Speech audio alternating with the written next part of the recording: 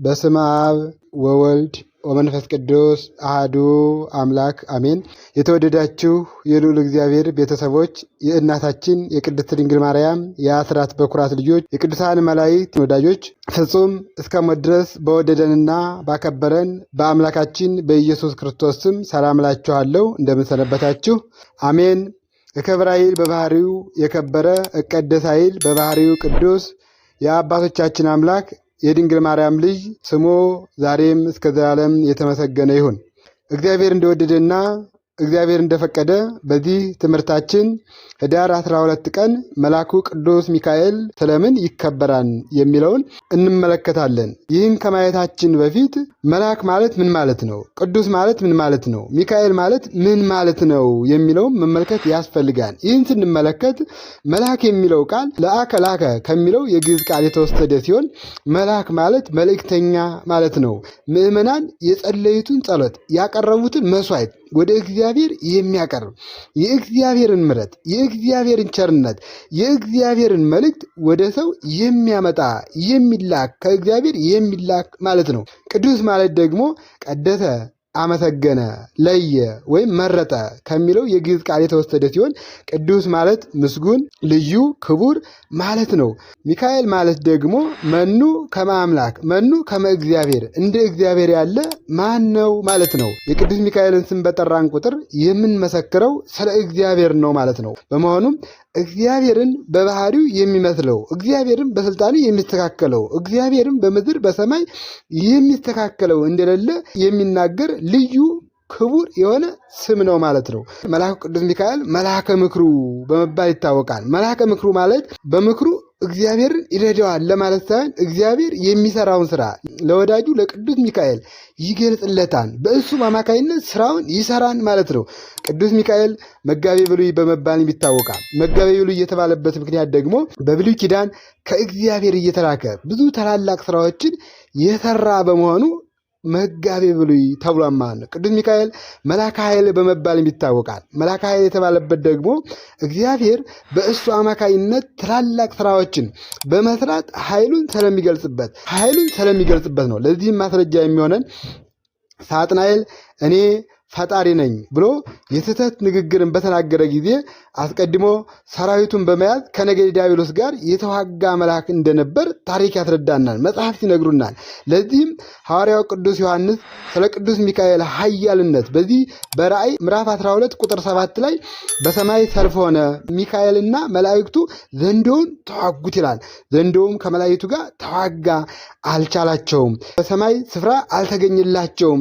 ዓለሙን ሁሉ የሚያስተው ዲያብሎስ ሰይጣን የሚባለው ታላቁ ዘንዶ እርሱ የቀደመው እባብ ወደ ምድር ተጣለ ይላል።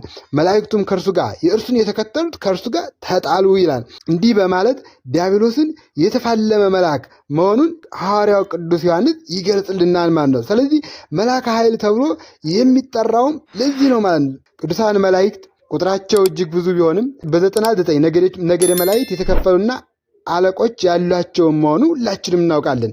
የሚደንቀውና የሚገርመው ደግሞ ግን የእነዚህ ሁሉ ቅዱሳን መላእክት አለቃ በትሕትናው ልዕልናን ያገኘ መልአኩ ቅዱስ ሚካኤል ነው። ለመግቢያ የሆነን ዘንድ ይህን ከተነጋገርን እግዚአብሔር እንደወደደና እግዚአብሔር እንደፈቀደ ኅዳር 12 ቀን የመላእክት አለቃ የቅዱስ ሚካኤል በዓል በተለየ ሁኔታ ስለምን ይከበራል፣ እኛ ስለምን እናከብራለን የሚለውን አጠር አድርገን እንመለከታለን። በዚህ ዕለት አንደኛ የመላእክት አለቃ ቅዱስ ሚካኤል በዚህ ቀን በቅዱስ ዱራታዎስና በቅድስት ቴዎስታ ቤት ተገልጾ ቤታቸውን የባረከበት ዕለት፣ እነሱን የጎበኝበት ዕለት ነው ማለት ነው።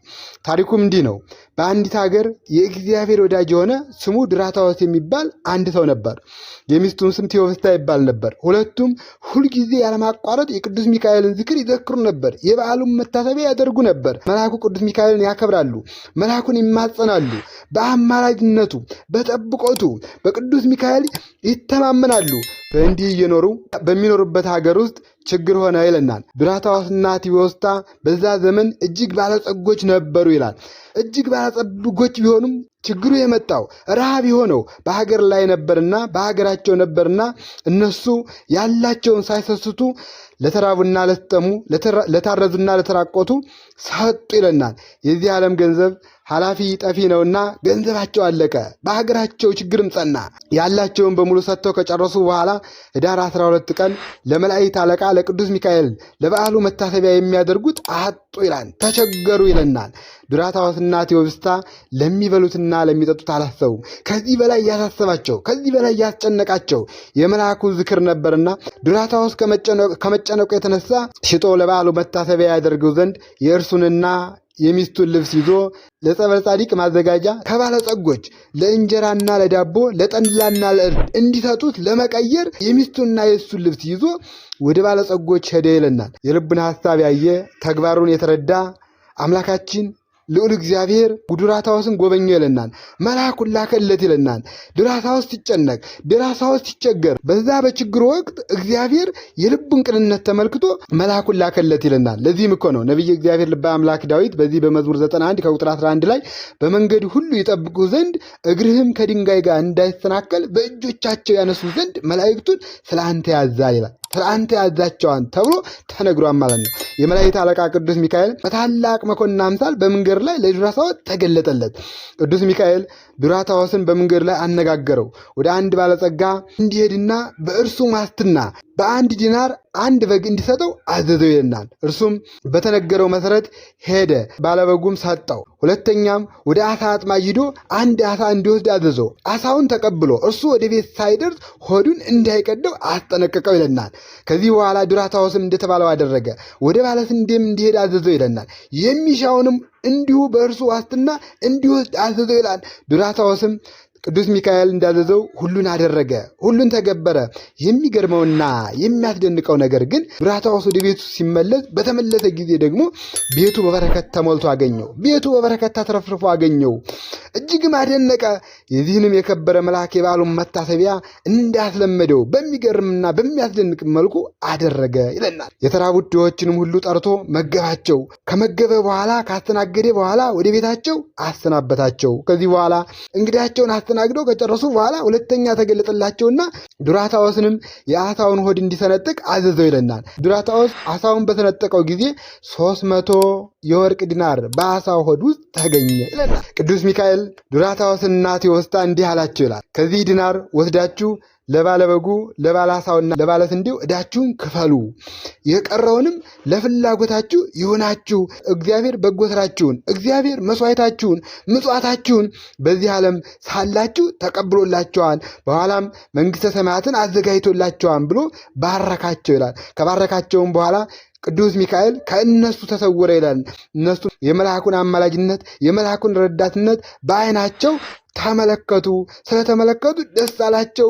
ስለዚህ ኅዳር 12 ቀን ቅዱስ ሚካኤል ዱራታዎስና ቴዎብስታ በተቸገሩ ጊዜ በቤታቸው ተገኝቶ ቤታቸውን የባረከበት በችግራቸው ጊዜ የረዳበት ዕለት ስለሆነ ነው ማለት ነው። ሁለተኛ ኅዳር 12 ቀን የመላእክት አለቃ ቅዱስ ሚካኤል በባህር ሲጓዙ የነበሩት ምዕመናን ጽኑ ነፋስ ተነስቶ ሊያጠፋቸው ሲል የረዳበት ዕለት ነው። ታሪኩም እንዲህ ነው። በአንድ ዘመን ብዙ ሰዎች ከግብፅ አውራጃ ወጥተው ወደ ባህር ማዶ ሲሄዱ በመርከብ ላይ ተሳፍረው ሲሄዱ ወደ ባህር መካከል በደረሱ ጊዜ ከባድ ነፋስ ተነሳባቸው ይላል። ለመስጠም ደረሱ። የማዕበሉ ሞገድ እየጨመረ እየጸና ሄደ ይልና ማዕበሉ መርከቧን ሊገለብጣት ደረሰ። ፍጹም ጥፋትና ክፉ ሞት እንደመጣባቸውም በመርከብ ውስጥ ያሉ ሰዎች ባዩ ጊዜ ጽኑ ሐዘን አዘኑ ይለናል። የሚያድናቸው አጥተው ተስፋ ቆረጡ። ያን ጊዜ በአንድ ድምፅ እንዲህ ብለው ጮኹ።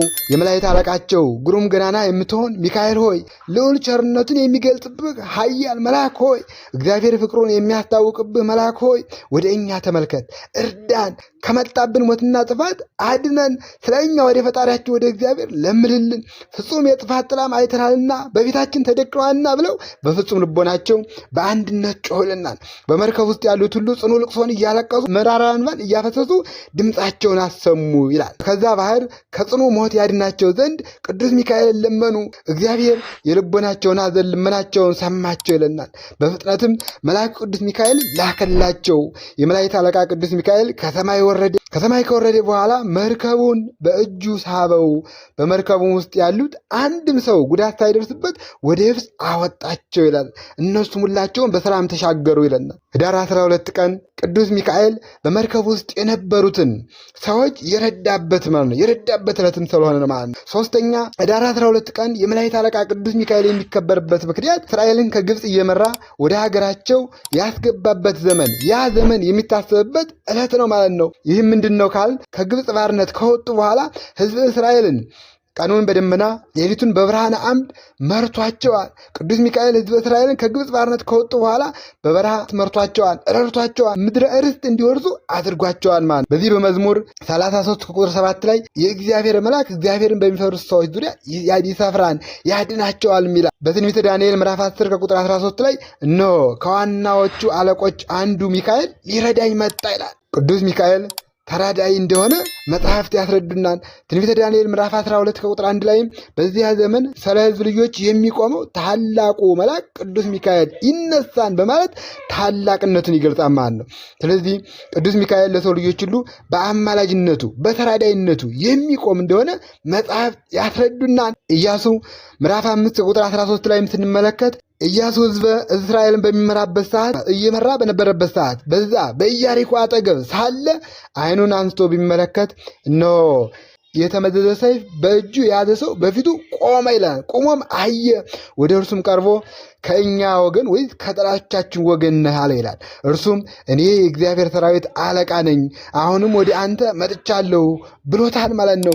ይህ የሚያስረዳን እስራኤላውያን በጉዟቸው በሲና በረሃ በተሰደዱበት ዘመን አብሯቸው እንደነበር እንደጠበቃቸው ያስረዳናል ማለት ነው፣ ይገልጽልናል። ስለዚህ ኅዳር 12 ቀን እስራኤላውያን የመራበት፣ እስራኤላውያን የጠበቃቸው፣ እስራኤላውያን ከጠላቶቻቸው ያዳነበት ያ ዘመን የምናስብበት ታላቅ በዓል ነው ማለት ነው። አራተኛውና የመጨረሻው ኅዳር 12 ለምን ቅዱስ ሚካኤል እናከብራለን ወይም የቅዱስ ሚካኤል መታሰቢያው ስለምንድን ነው ካልነ ኅዳር 12 የቅዱስ ሚካኤል በዓለ ሲመቱ ነው።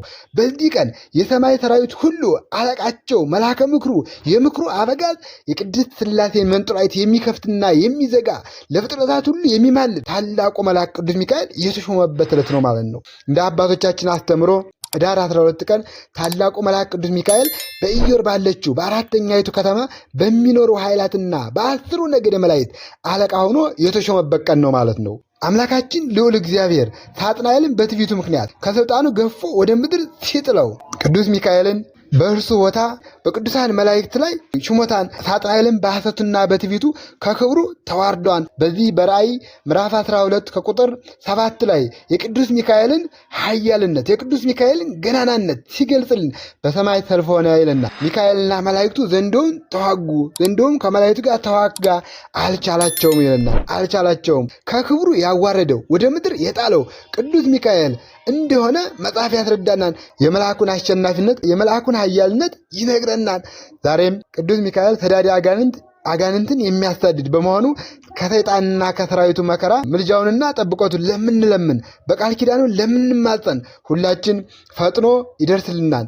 በአጠቃላይ ኅዳር 12 ቀን መልአኩ ቅዱስ ሚካኤል የሚከበርበት ምክንያት ምንድን ነው ካልነ ዱራታዎስና ቴዎብስታን በችግራቸው ጊዜ የጎበኘበት፣ በችግራቸው ጊዜ ቤታቸውን መጥቶ የባረከበት፣ እስራኤላውያን ከባርነት ነፃ ሲወጡ የረዳበት፣ በዛ በሲና በረሃ የመራበት፣ ከጠላቶቻቸው ያዳነበት፣ በመርከብ ውስጥ ሆነው ሲጨነቁ የነበሩት ምዕመናን የረዳበትና በዓለ ሲመቱ የሚታሰብበት ታላቅ በዓል ነው ማለት ነው።